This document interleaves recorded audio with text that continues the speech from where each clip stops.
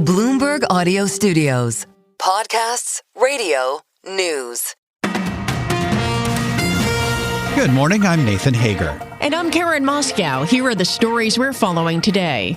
Karen, we begin with the powerful winter storm that pounded a large part of the country. For the very latest, we bring in Bloomberg meteorologist Craig Allen. Craig, tell us it's over. Yes, Nathan, it's basically over. The core of the storm is over. The main precipitation in the form of snow, sleet, and ice is continuing over upstate New York and across portions of Maine. Boston is still under a winter storm warning this morning because of leftover ice. In other words, a little bit of freezing rain and freezing drizzle. Washington, D.C. as well. The New York City area, there's nothing more right now than a cold weather advisory. Same thing on down towards Washington, D.C. The problem here is that whatever we picked up over the weekend is not going anywhere fast. It was approximately a 5 to 10 inch snowfall for D.C. and Baltimore.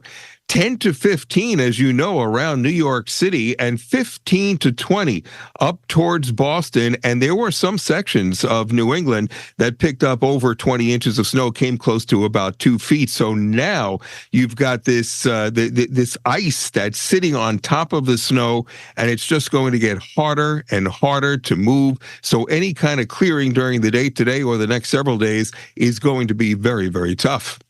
All right. Bloomberg meteorologist Craig Allen, thank you. Of course, we'll be checking in with you throughout the morning. And travel, particularly through the air, continues to be a major headache this morning. Bloomberg's Lisa Mateo continues our team coverage in New York. Lisa, good morning. Yeah, good morning, Karen. Airlines in the U.S., they are just trying to get their schedules back on track. But it is a tough battle ahead after that winter storm. It caused the most flight cancellations since the pandemic. Now, according to FlightAware, more than 3,600 flights, they were canceled as of this morning. And that's down from the roughly 11,600 cancellations on Sunday.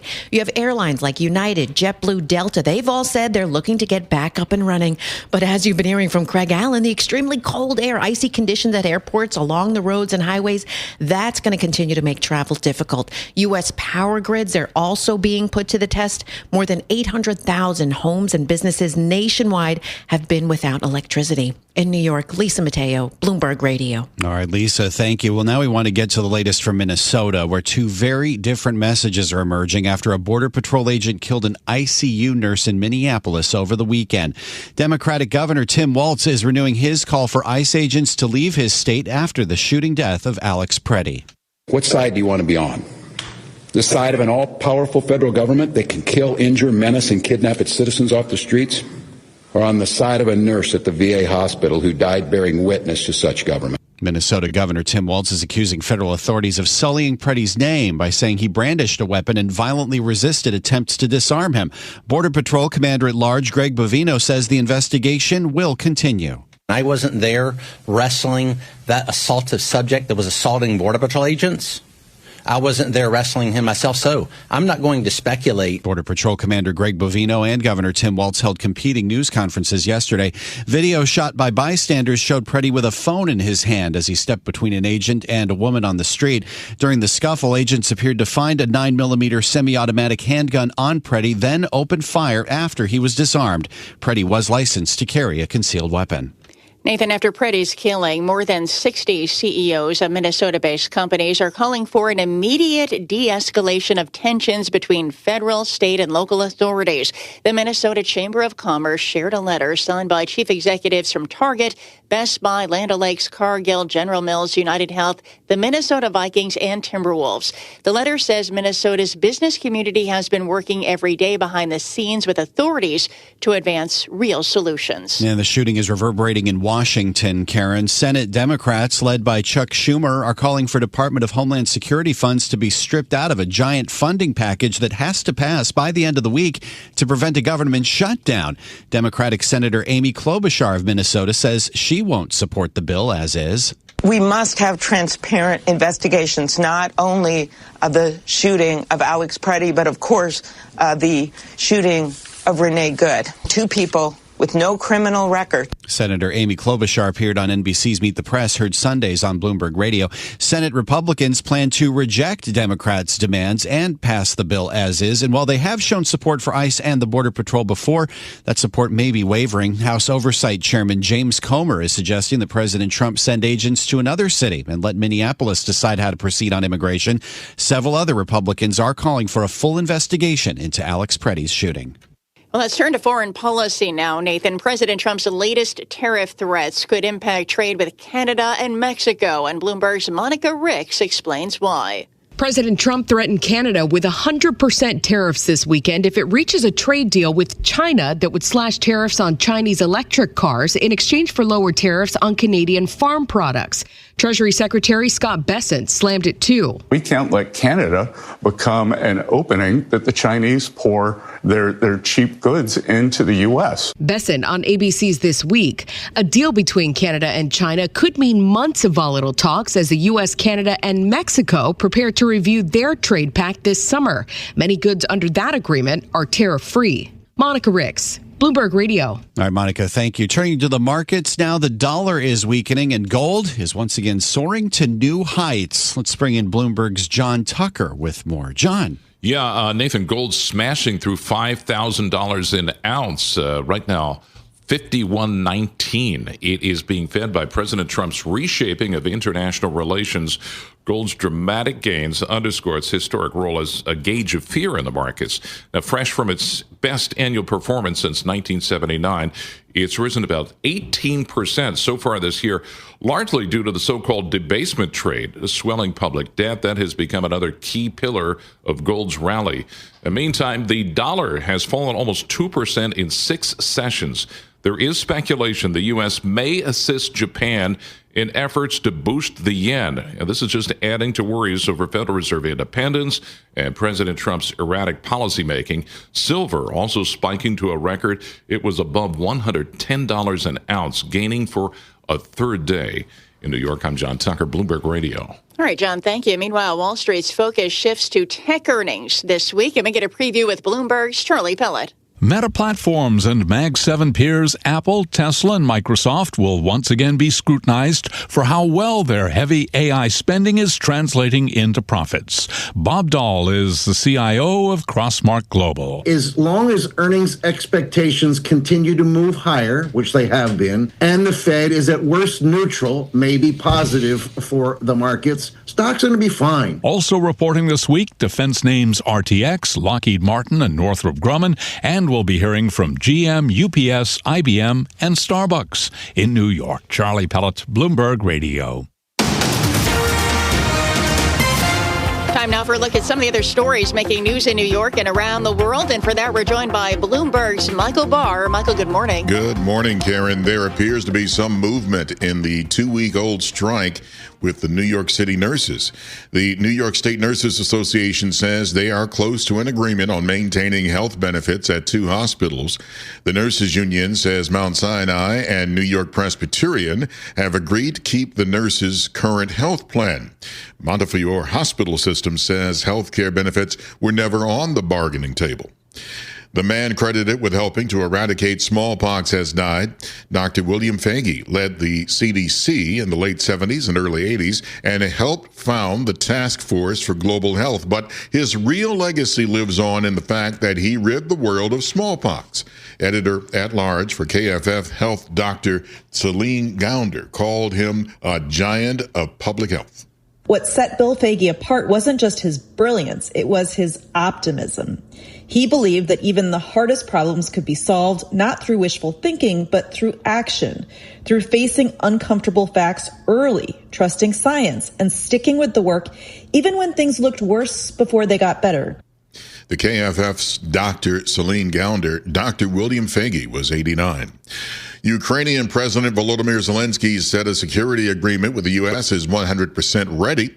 Zelensky said Ukraine is waiting for its partners to set a signing date. Speaking Sunday at trilateral talks with Russia and the U.S. in Abu Dhabi, Zelensky emphasized Ukraine's push for European Union membership by 2027 as an economic security guarantee. He also acknowledged fundamental differences with Russia over territorial integrity. Despite brutally cold weather, thousands in Raleigh, North Carolina, turned out this weekend to the state capitol to see Buddhist monks during their Walk for Peace stop this weekend. Thousands of people were eager to see the monks walk for peace. Just knew that this was something that I felt like I needed to do. I'm going to get all emotional. Yeah. Digits were in the teens, but fans say the message of peace was important to hear. Global news 24 hours a day and whenever you want it with Bloomberg News Now. I'm Michael Barr, and this is Bloomberg. Karen. Thanks, Michael. Time now for our Bloomberg Sports Update, and for that, we bring in John Stashower. Thanks, Karen. It'll be the Patriots and the Seahawks in Super Bowl 60. New England won 10-7, and Denver, a game played in a second-half driving snowstorm. Broncos had to play without their starting quarterback, Bo Nix. Jarrett Stidham had an early touchdown pass, but a costly fumble and a late interception. The Seahawks beat the Rams 31-27. Both quarterbacks, Matthew Stafford and Sam Darnold, threw 3 touchdown passes. Scotty Scheffler starts the year by winning the American Express Golf by 4 shots. That's your Bloomberg Sports Update. Stay with us. More from Bloomberg Daybreak coming up after this. Coast to coast on Bloomberg Radio, nationwide on Sirius XM, and around the world on Bloomberg.com and the Bloomberg Business app. This is Bloomberg Daybreak. And it's 5:14 on Wall Street. Good morning. I'm Karen Moscow alongside Nathan Hager, and a massive winter storm dumped sleet, freezing rain, and snow across much of the U.S. And we want to get the very latest with Bloomberg meteorologist Rob Carolyn. Rob, good morning. Is the worst of the storm behind us? Yes, it is, Karen. The storm system now moving off the coast of New England and out into the Atlantic. The good news is the really heavy snow we were looking at yesterday and last night from parts of the mid-Atlantic states through the Northeast has ended. There's some residual snow right now over northern New York State, northern New England. That will continue to fall today. A little bit of light snow over portions of southern New England later on this morning and into the afternoon. But the bulk of the accumulating snow is done, as is the sleet and freezing rain. Still have a little bit of freezing drizzle, some mist this morning down over some of the higher areas in western, north, and South Carolina, so it's still slippery there, but the conditions across the southeast will improve today as the cold front moves offshore and the precipitation heads out into the Atlantic. Rob, can we talk about some of those accumulations? What areas were hardest hit? Well, outside southern New England, that's where we've seen the highest amount so far, Karen, into the areas to the north of New York City. Boston reporting 16.7 inches of snow at Logan Airport. Central Park was just under 12 inches of snow and sleet. The Washington area, we saw anywhere from 6 to 10 inches of snow and sleet. And the real big problem in the south central United States was over an inch of freezing rain falling in parts of Mississippi. The problems around Oxford and Holly Springs really bad. There's also been some icing over northeastern Georgia and the western Carolinas. And what about the dig out and a possible thaw? Are we going to get any relief? There's no thaw in sight, and that includes all of the areas down into Texas, the Gulf Coast, North Florida. We're looking at cold weather advisories and extreme cold weather warnings in effect all the way to as far south as Brownsville, Texas, Pensacola, Panama City, and then we have them into the eastern United States as well. It looks like temperatures are going to remain below normal east of the Rockies for the entire week. All right. Well, Bloomberg meteorologist Rob Carolyn will be sure to keep in touch with you then throughout the week. Thank you so much. Nathan. All right, Karen, thank you. And along with the deep freeze, deep tensions are settling in Minnesota after another deadly shooting of a U.S. citizen during immigration enforcement in Minneapolis. Minnesota Governor Tim Walz says he has a message for President Trump after the killing of Alex Preddy. We believe in law and order in this state. We believe in peace. And we believe that Donald Trump needs to pull these 3,000 untrained agents out of Minnesota before they kill another person. Yeah, that was Minnesota Governor Tim Walz at a news conference yesterday. And for more, we're joined by Bloomberg's Suzanne Lynch. Suzanne, good morning. We've been hearing very different narratives about what happened on Saturday and a lot of video being shared by bystanders. So what do we know about this latest shooting in Minneapolis? Good morning.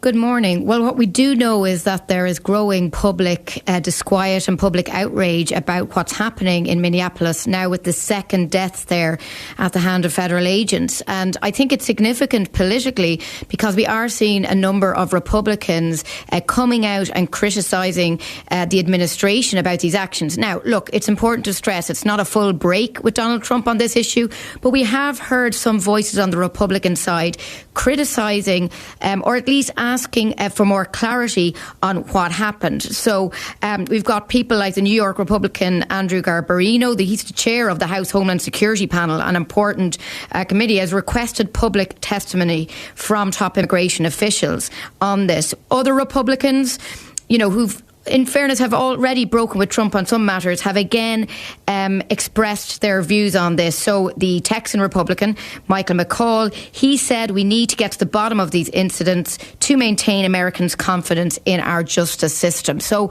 really, this is emerging as a serious political headache for the administration. Well, have we gotten any response from the Trump administration, from President Trump himself, to some of these calls from congressional Republicans? Yeah, so on Sunday, the president did a short interview with the Wall Street Journal. Now, he did not take a stance on whether he thinks the federal agents were right in their actions, but he said they were going to get to the bottom of this. And he said everything would be looked into. Now, I think this is an indication that Donald Trump wanted to come out publicly on this and try and perhaps quell some of the growing disquiet over this issue.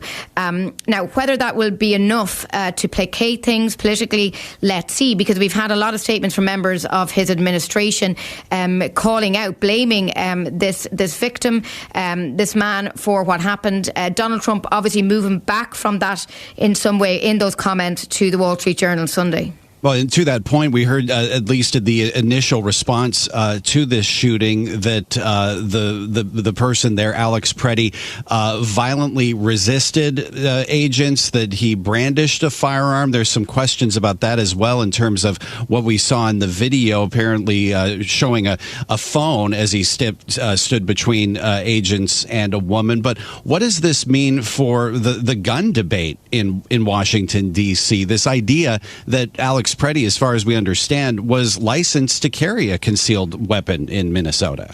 Yeah, it's been quite fascinating because the NRA, the National Rifle Association, has come out and called for a full investigation into this incident, arguing that Americans do have the right, and this man, it seems, was lawfully permitted to carry this weapon, and they should not be shot at and targeted for this reason. So you've got this extraordinary confluence now of different political perspectives calling for further investigation into this incident. The gun rights lobby is not happy. They say that, they're making the argument that just because someone carries a gun doesn't mean that they pose a danger. And that's one of the central premises of this right to bear arms, as they see it in the United States.